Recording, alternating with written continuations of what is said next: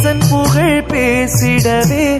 நான் பிறந்தேனோ அதை பாசவினை சாரத்திலே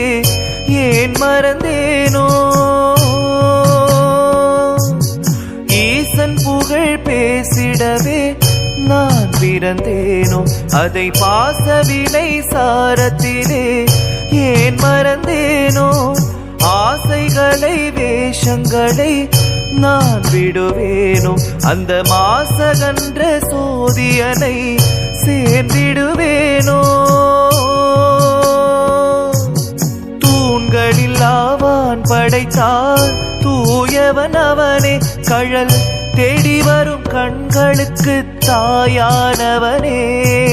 தூண்களில் ஆவான் படைத்தால் தூயவன் அவனே கடல் தேடி